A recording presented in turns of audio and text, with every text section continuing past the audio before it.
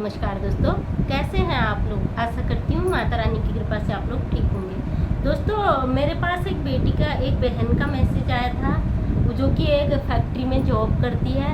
वो अपनी ज़िंदगी से इतनी परेशान हो गई है, इतनी मुश्किलों से जूझ रही है कि भैया बहुत ज़्यादा परेशान है। उनका मुझे मैसेज आया था कि मैं अपने पारिवारिक जिम्मेदारियों के बोझ तले इतनी दब चुकी हूँ कि मैं अपने बारे में तो कभी सोचने की सोच भी नहीं सकती हूँ। लेकिन आज मेरे पास ऐसी सिचुएशन है कि मैं उससे कैसे निकलूँ। मैं मानसिक तनाव में हूँ और मतलब मैं ना तो जॉब ढंग से कर पा रही हूँ, ना मतलब अपने फैमिली को देख पा रही हूँ। अगर मतलब स्थिति मेरी ऐसी बन गई, मैं उससे कैसे निकलूँ। दोस्तों, उसका कारण क्या है। वो बेटी के पिता नहीं है और माँ है, एक बहन है, एक भाई है। सबसे बड़ी वो जिम्मेदारी उसके सर में है। वो एक फैक्ट्री में जॉब करती है। एक बहन है छोटी जो पढ़ती, शायद इंटर में या इंटर कर लिया है। एक भाई है जो 10वीं क्लास में पढ़ते हैं। पहले माँ भी करा करती थी काम कहीं।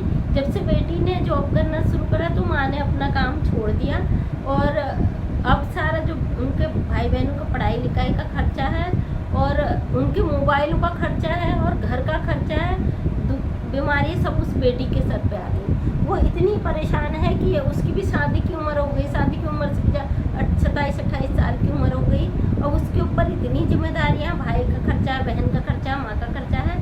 अब उनका ये कहना है कि मैं कितने समूहों से लोन ले चुकी हूँ और कितने साथ वालों से कर्जा ले चुकी हूँ और जब जितना भी मैं कमाती हूँ 12,000 मेरी सैलरी है, उसमें से ओवर टाइम करती हूँ तो पूरा महीना खींच जाता है। ओवर टाइम नहीं करती तो मुझे कर्ज लेके महीना चलाना पड़ता है। उसमें से अगर बहन का मोबाइल रिचार्ज ना कराऊँ तो वो लड़ती है, भाई का ना कराऊँ वो लड़ती है, माँ को कोई ज़रूरत है तो मतलब वो ताने मारने लगती है, ना करो। तो मतलब मैं एक जिम्मेदारी का एक ऐसा बोझ तले दब चुकी हूँ कि मैं आगे को कर्ज तारूं या पीछे को कर्ज लूँ। ये सिचुएशन से मैं बाहर नहीं निकल पा रही हूँ। मानसिक रूप से इतनी परेशान हो चुकी, सारे सबकी जिम्मेदारियाँ मेरे ऊपर आ चुकी है। ऐसी हालत में मैं क्या करूँ। दोस्तों, अगर सल्यूशन बताऊंगी तो बहुत कड़वा है और बहुत बुरा लगता है सुनने में। ये लगता है कि मैं किसको फ्री की एडवाइस दे रही हूँ या परेशानी में डाल रही हूँ, लेकिन कड़वा है, सत्य है। दोस्तों, हर सही चीज़ कड़वी जरूर होती है लेकिन उसके पीछे एक सत्यता छुपी होती है, सच्चाई छुपी होती है जिसे हम सुनना देखना नहीं चाहते। यदि हम अपने जीवन में इस सच्चाई को देखना, सुनना और फॉलो करना शुरू कर देते हैं तो हमारी ज़िंदगी की कड़वाहट कम हो जाती है।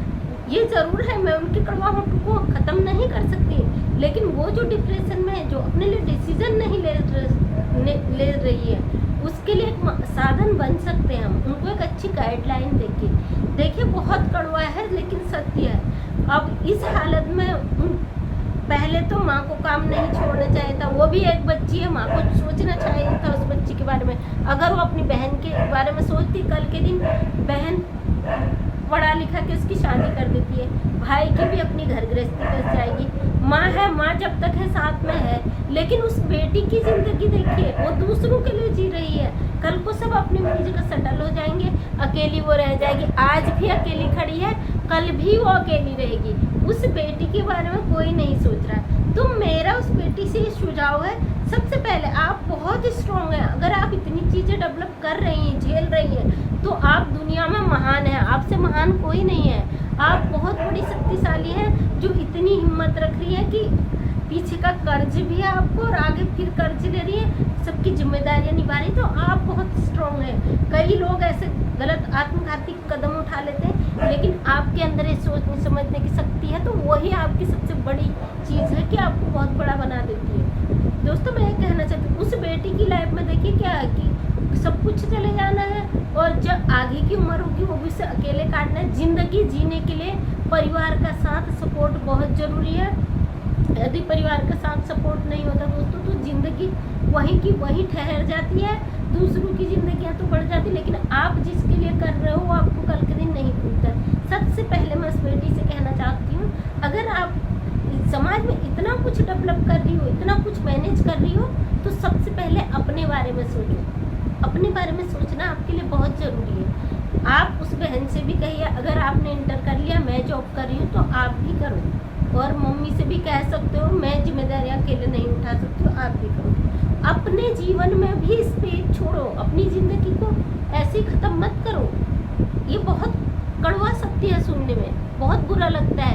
हम दूसरों को एडवाइस दे रहे हैं कि अपने परिवार के लिए मत सोचो।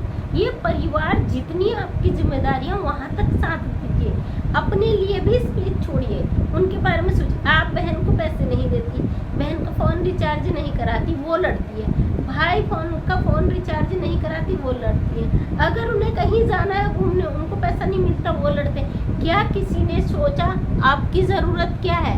आप जॉब कर रही हो, भूखे आ रही हो, प्यासे आ रही हो, कैसे रह रही हो, कैसे नहीं रह रही हो? किसी ने आपके बारे में सोचा? अपने बारे में सबसे पहले अगर आप कमाती, उसका एक हिस्सा ये मेरा है अपनी तरफ रखे। ये स्वार्थ नहीं, ये आप अपने लिए कर रही हो। जब आप अपने लिए करोगी तभी आप दूसरों के लिए कर पाओगी। आप टेंशन में, डिप्रेशन में रहोगी, कब तक झेलोगी? जीवन है, जीवन को ज़रूरी है आगे पहुंचाने के लिए, उसे संभाल के रखें। ये ज़िंदगी, इसे हम जितना सजो के रखेंगे उतना ही हमारा साथ देगी। दोस्तों, मैं उन बहन के लिए कहूँगी, आप बहुत महान हो, बहुत भाग्यशाली हो, बहुत सक्षम हो, और जिस घर में जाओगी तो उस घर को भी अपनी तरह स्ट्रॉन्ग बना दोगी। अब सबसे पहले आप सब कुछ कर रही हो, कमा भी रही हो, खर्च भी कर रही हो, कर्ज भी ले रही हो, लेकिन सबसे पहले उससे मैनेज करिए। एक दायरा बना दीजिए अपने परिवार का। जब आपकी इतनी इनकम है तो इतने खर्चे साइड में रख दीजिए कि इतनी अर्निंग से बाहर में खर्च नहीं कर सकती। बजट बना लीजिए। बजट बना के, जो बहुत बुरा लगता है सुनने में कि बजट बनाइए, जब खर्चे इतने, बजट कैसे बनेंगे? अर्निंग और खर्च दोनों सेम से ज़्यादा है तो फिर बजट कैसे बनेगा? लेकिन बनाना पड़ता है, ये सच्चाई है, क्योंकि आपके पास कोई और रास्ते नहीं है कि जहाँ से पैसा आएगा आप उधर से आएगा उधर खर्च कर देंगे। इधर से उधर, उधर से उधर करोगे, जिंदगी में यही करते रह जाओगे, कर्ज के बोझ तले दबते ही जाओगे। आज उस कर्ज के तारने के लिए आप दूसरा कर्जा लोगे तो जिंदगी भर ऊपर से इंसानों के कानून से आप और तंग आ जाओगे। जिनका नहीं दोगे वही आपके दुश्मन पीछे बनते जाएंगे। दोस्त तो दोस्त नहीं रहेंगे, लेकिन दुश्मन आपके पीछे बनते जाएंगे। अपने परिवार का सोचिए, आपका परिवार आपके साथ क्या कर रहा है सोचिए, बाहर वाला क्या कह रहा है, क्या सोच रहा है, ये मत सोचिए। अपने जीवन को देखिए, अपने लिए भी कुछ समय निकालिए, डिस्कशन कीजिए उनसे। वो पैसा ले रहे हैं, अपने फ़ोन तक सीमित है, आप नौकरी कर रही हो, उन्हें खिलाने और उनके खर्चे देने तक सीमित हो। मेरा उस बहन से हाथ जोड़कर रिक्वेस्ट है, आप बहुत मजबूत हो, बहुत स्ट्रॉन्ग हो, अपनी इस मजबूती को बनाए रखें और उनके लिए एक दायरा फिक्स करिए। जब खर्च आप कर रही हो तो फैसले भी आपके होने चाहिए, आपकी एक पहचान उस घर में होनी चाहिए।